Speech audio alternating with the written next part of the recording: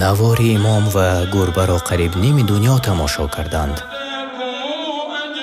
هیچ برگی از درخت بخواستی خالقش نمی افتد.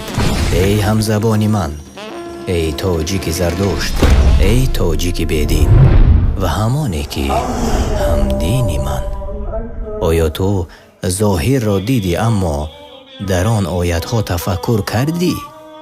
هنگامی که گربه به کتف امام می برآمد چرا قرائت می کرد؟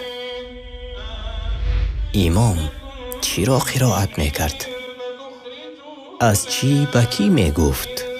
های مردم، وقتی اندیشیدن رسید.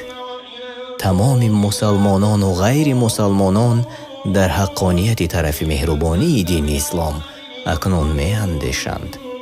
الله تعالی فرمود: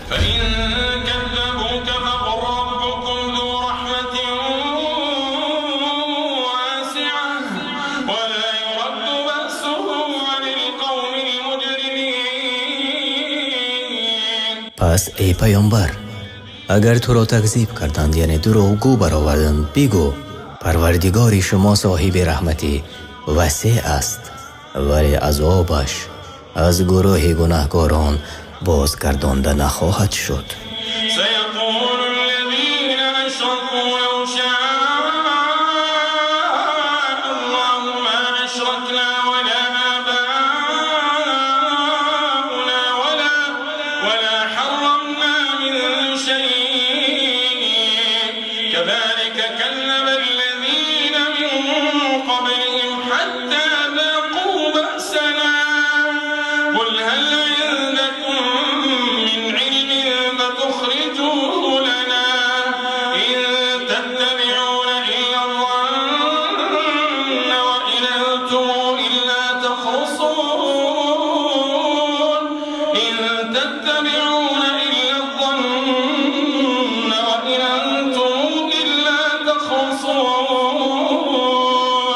کسانی که شرک ورزیدند خواهند گفت اگر الله تعالی می‌خواست نه ما شرک می آوردیم و نه پدرانمان و همچنین چیزی را خود سرانه تحریم نمی کردیم، یعنی به خود حرام نمی کردیم.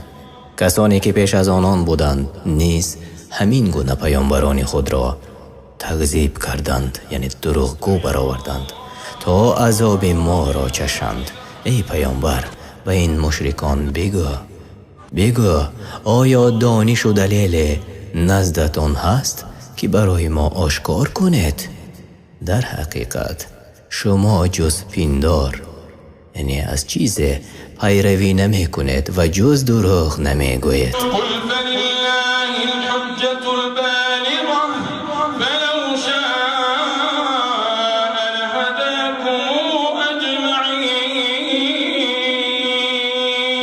بگو دلیل رسا و روشن از آن الله است و اگر می‌خواست همه شما را هدایت می‌کرد.